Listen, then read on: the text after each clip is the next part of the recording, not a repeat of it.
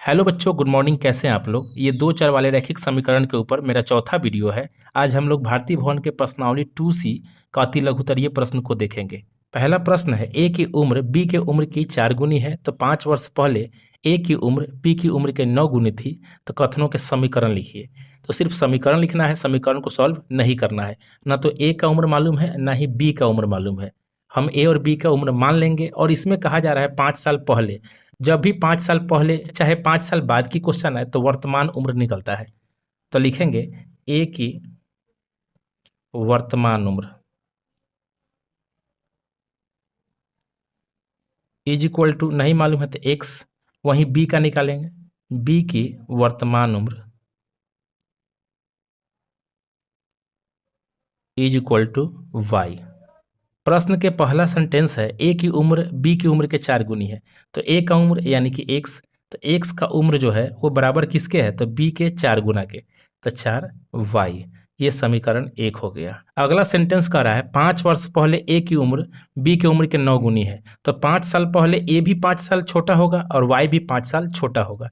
ए का उम्र कितना है, तो एक्स, तो इसका 5 साल पहले एक्स माइनस का 5 इज इक्वल टू वाई में भी 5 घटाना पड़ेगा, तब जाके हो जाएगा। अब क्वेश्चन खड़ा है, ए की उम्र बी की उम्र के 9 गुनी थी, तो ए का उम्र बी के उम्र के 9 गुनी थी, यहाँ 9 लगा दीजिए। अब इसको बना लीजिए, एक्स माइनस का 5 इज इक्वल टू 9 वाई, और 9 पचे का 45 जो कि माइनस में। ये दोनों को एक साइड कीजिए, ये दोनों को एक साइड कीजिए। तो एक्स माइनस का ये प्लस में इधर आके माइनस में, तो माइनस का 9 वाई इज इक्वल टू, ये माइनस में उधर जाके प्लस में हो जाएगा, तो माइनस का 45, ये माइनस वाला इधर आके प्लस में 5। एक्स माइनस का 9 वाई इज इक्वल टू का 45 में से 5 गया तो 40 आ गया। ये समीकरण 2 हो गया। बस यही लिखना था। चलिए नेक्स्ट क्वेश्चन के ऊपर। दूसरा क्वेश्चन है बच्चों, 2 अंकों की एक संख्या, तो 2 अंक का है तो इकाई और दहाई होगा, तो लिखना पड़ेगा माना इकाई अंक की संख्या, चाहे माना का इकाई अंक बराबर x हो गया, दहाई माना कि दहाई अंक इज इक्वल टू का हो गया y। अब 2 अंकों की संख्या निकाल लीजिए, ये दोनों से जो बनेगा, तो 2 अंकों की संख्या, ये जो y है 2 अंकों में जब बात होता है तो 10y प्लस का x हो जाता है। अब यादें कर लीजिए, 2 अंकों की संख्या क्या होता है, 10y प्लस का x। कैसे, तो 1 से लेकर 9 तक सब 1 अंक का होता है, इससे ज़्यादा एक होता है 10 से लेकर 99 तक, ये 2 अंक का हो जाता है। और 2 अंकों में होता है इकाई दहाई, दहाई यानी कि 10 अयबे करेगा। अब चलते हैं प्रश्न से।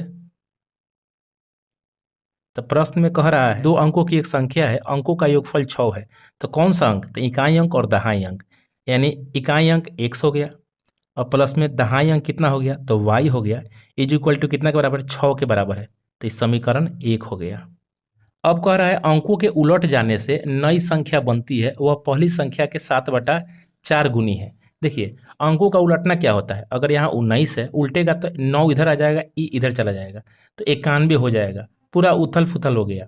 यानी इस क्वेश्चन में भी वैसा ही जाएंगे। क्वेश्चन कह रहा है कि अंकों के उलट जाने से, अंकों का उलटना, ये पहले से 2 अंकों की संख्या है, इसको उलट देना है, यानी x यहाँ चला जाएगा, y इधर चला जाएगा, तो 10x और प्लस का y उलट गया, तो क्या हो जा रहा है, तो पहली वाली संख्या, तो ये पहली वाली संख्या यही है, तो 10y प्लस का x, इसका कै गुना हो जाता है, तो इसका गुना हो जाता है 7/4, तो गुना कर दीजिए 7/4 से।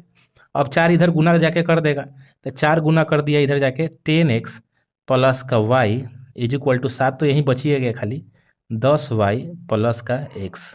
अब इससे गुना होगा तो 10 चौका 40x प्लस में 4y बराबर का 7 दहाई का 70, y प्लस का 7x। 40 में यह 7x घटेगा, तो 40x माइनस का 7x। अब यहाँ देखिए प्लस में 4y है, इधर आएगा तो माइनस में 70y बराबर का, उधर कुछ नहीं है तो 0 है। 40 में से 7 गया तो 33x, और प्लस में नहीं माइनस में हो जाएगा क्योंकि माइनस वाला ज़्यादा है, तो माइनस का तो 66y इज इक्वल टू का 0। लेकिन बच्चों एक चीज और याद रखिएगा, समीकरण में जो भी कॉमन वाला चीज होगा तो उसको कॉमन करिए दीजिएगा, नहीं तो गलती हो जाएगा। तो देखिए 33 कॉमन कर सकते हैं, 33 कॉमन कीजिएगा तो इधर x बचेगा, माइनस का माइनस, ये 2 से गुना कीजिएगा तो 66 हो जाएगा, इज इक्वल टू का 0, x माइनस का 2y इज इक्वल टू 0 में इधर जाके ही गुना में इधर जाके भाग करेगा तो 0 हो जाएगा।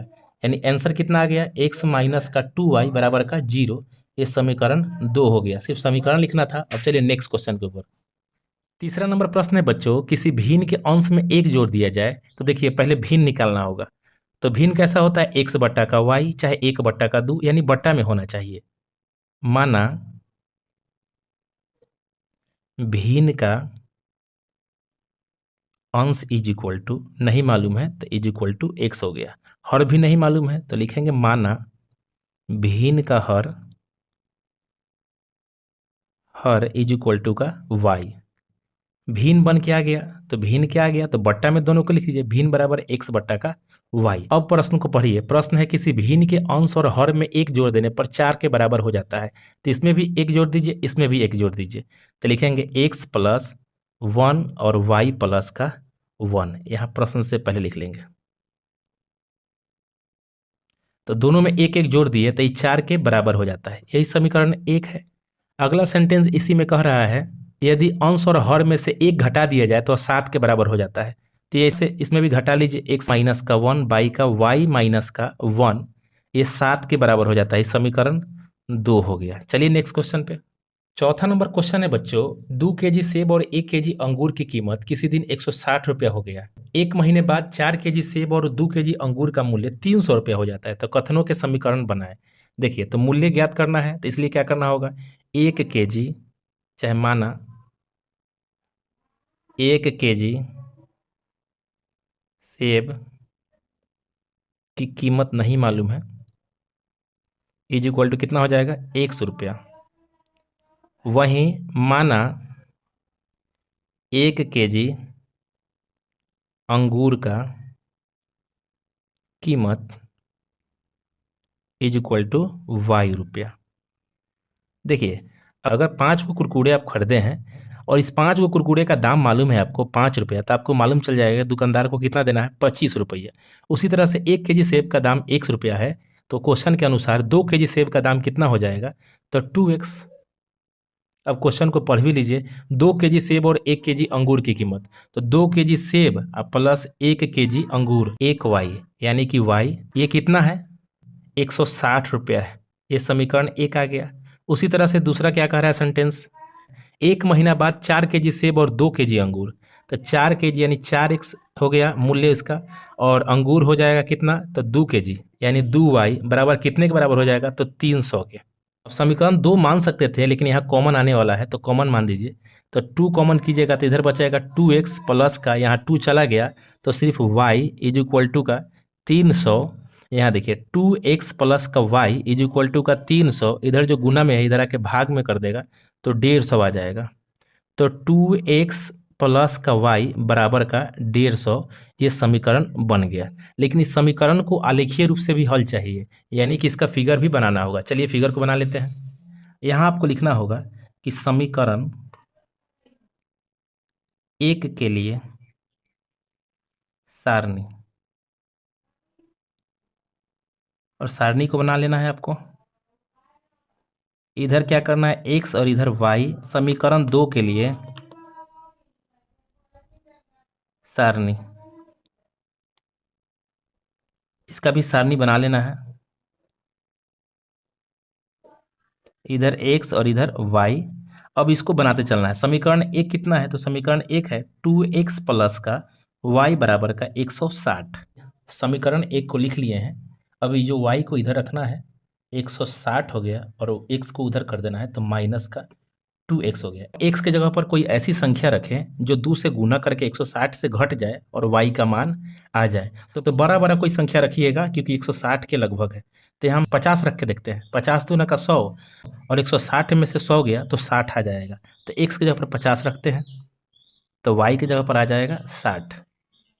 अब यहाँ x की जगह पर 60 रख के देखते हैं, 60 दूना का 120 हो जाएगा, और 160 में से 120 जाएगा तो 40 आ जाएगा। तो रखते हैं 60, तो इधर 40 आ जाएगा। समीकरण 1 के लिए सारणी पूर्ण हो गया। अब समीकरण 2 में आइए, तो समीकरण 2 को लिखना पड़ेगा। 2x प्लस का y इज इक्वल टू का 150। y को फिर इधर रख लीजिए, उधर चला जाएगा तो हो जाएगा 150 माइनस का 2x। फिर x की जगह पर कोई मान रखिए जो y को मान को पूरा कर दे। तो यहाँ रख के देखते हैं 50, तो 50 रखें x की जगह पर, तो y का भी मान 50 आ गया। यहाँ रख के देखते हैं अब 60, तो 60 रखेंगे तो 60 दूना का 120, और 150 में से 120 गया तो 30 आ जाएगा। तो 60 रखते हैं यहाँ पे x की जगह पर, तो यहाँ आ जाएगा मात्र 30। सारणी में देखिए बड़ा बड़ा अंक है, तो यहाँ पर 1 2 3 दीजिएगा तो नहीं हो पाएगा, तो आप यहाँ पे 20 20 का दे दीजिए, 20 40 60 80 100 इस टाइप से।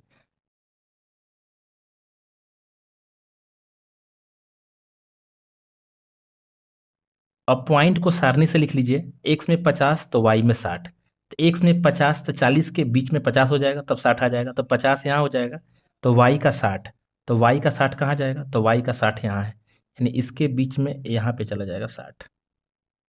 अगला है x का 60 और y का 40, तो x का 60 यहाँ हो गया और इसका 40 कहाँ चला जाएगा, तो यहाँ चला जाएगा। ये हो गया। समीकरण 2 वाला सारणी से देखिए 50 और 50 है, तो इसका 50 यानी 40 का 50 बीच में आ जाएगा, तो इसका भी 50 यहाँ आ जाएगा। फिर देखिए इसका 60 है, यहाँ पे 30 है, तो 60 और 30 कहाँ जाएगा, 60 इसका और 30 इसका यहाँ चला आएगा। यहाँ सबका पॉइंट आप चाहे तो लिख सकते हैं। इसका पॉइंट कितना था,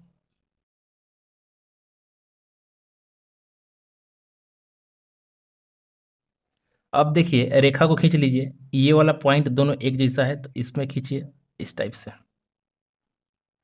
फिर एक पॉइंट ऐसा है, ये तो समांतर बन गया, कहीं कटने वाला नहीं है, समांतर टाइप का बन जाएगा। इसको बहुत बढ़िया से बना लेना है बच्चों, यही इसका सही उत्तर है। और दूसरा चीज़, हम जो इधर सारणी लिख दिए हैं, इधर जो रफ कर दिए हैं, ऐसा नहीं करना है। सारणी आपको दूसरा पेज में करना है, और आपको फिगर दूसरा पेज में, ग्राफ वाले पेज में करना है, और ये जो रफ पेज है ये आपको अलग करना है। इसमें आंसर नहीं लाना था, ऐसे भी आंसर नहीं आएगा, कहीं कटता तब ना आंसर आता। तो समांतर का कोई आंसर हो नहीं आता है, बाकी सिर्फ आलेख को बनाना था, बना दिए। चलिए नेक्स्ट क्वेश्चन के ऊपर। बच्चों 5वां का 1 नंबर क्वेश्चन जो दीर्घ उत्तरीय है, प्रश्न है दो संख्याओं का योगफल 50 है, तो दो संख्याओं के लिए पहला संख्या लिखना पड़ेगा। तो माना कि पहली संख्या इज इक्वल टू x हो गया, दूसरी संख्या is equal to y। Sorry यहाँ पे माना कि छूट गया है, तो लिख लीजिएगा। प्रश्न के अनुसार प्रश्न कह रहा है दो संख्याओं का योगफल 50 है, तो यही एक संख्या ही दोनों का योगफल यानी जोड़ कितना है, तो 50 है। हो गया एक समीकरण। अगला वाक्य इसी क्वेश्चन का कह रहा है यदि उनमें से एक संख्या दूसरी संख्या के 7/3 है, तो एक संख्या ये हो गया, और इसकी जो दूसरी संख्या है वो 7/3 गुनी है। तो दूसरी संख्या कितनी गुनी है, तो 7/3 गुनी। आप इसको ऐसे लिख सकते हैं 7/3y, इधर जो 3 भाग में इधर आके गुना में हो जाएगा, तो 3x इज इक्वल टू इधर क्या बच गया 7y।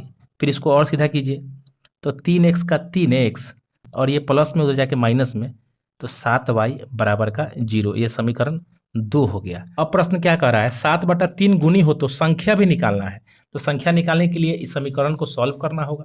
तो समीकरण एक कितना है, x प्लस का y बराबर का 50 समीकरण 1 है, और समीकरण 2 है 3x माइनस का 7y बराबर का 0।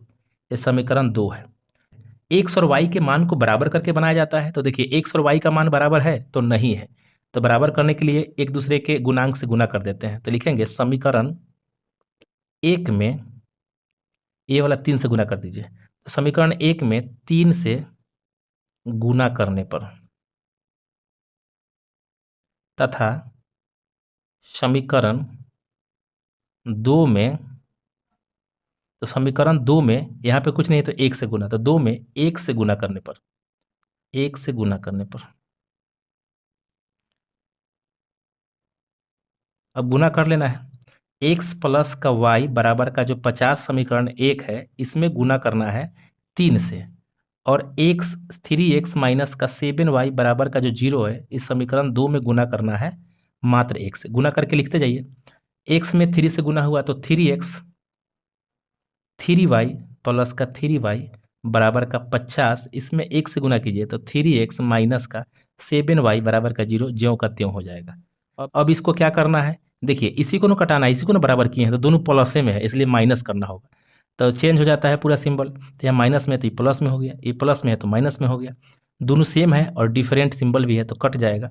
यहाँ देखिए दोनों प्लस में हो गया तो 7 और 3 10y बराबर का 50 में से 0 गया तो 50 से y इज इक्वल टू 50 बट्टा का 10, 10 बचे का 50। बच्चों एक चीज़ गलती हो गया, यहाँ 3 से गुना होता है तो ये 150 हो जाता है, 50 तिहाई 150, यहाँ भी 150, यहाँ भी 150, तो ये 15 मरतबे में कट जाएगा। y बराबर 15 आ गया, y का मान समीकरण 1 में रखने पर, समीकरण 1 कितना है तो x प्लस का y बराबर का 50 है, तो इसमें y का मान रख दीजिए तो x प्लस का y का मान 15 हो गया इज इक्वल टू का 50, तो x इज इक्वल टू 50 है, उधर जाके माइनस करेगा तो 15, x इज इक्वल टू का 35 आ गया। तो पहली संख्या को x माने थे, तो पहली संख्या जिसको x माने थे ये आ गया 35, और दूसरी संख्या y माने थे जो कि आपको आ चुका है 15। बच्चों आज के लिए इतना ही छोड़ते हैं, फिर से जो आगे वाला क्वेश्चन है उसको कंटिन्यू करेंगे नेक्स्ट वीडियो में। वीडियो आता रहेगा, आपको चिंता नहीं करना है, बाकी एकदम बेसिक से हम मैथ आप लोगों का लेते चलते हैं। तो चलिए बच्चों, नेक्स्ट वीडियो में हम लोग मिलते हैं। धन्यवाद।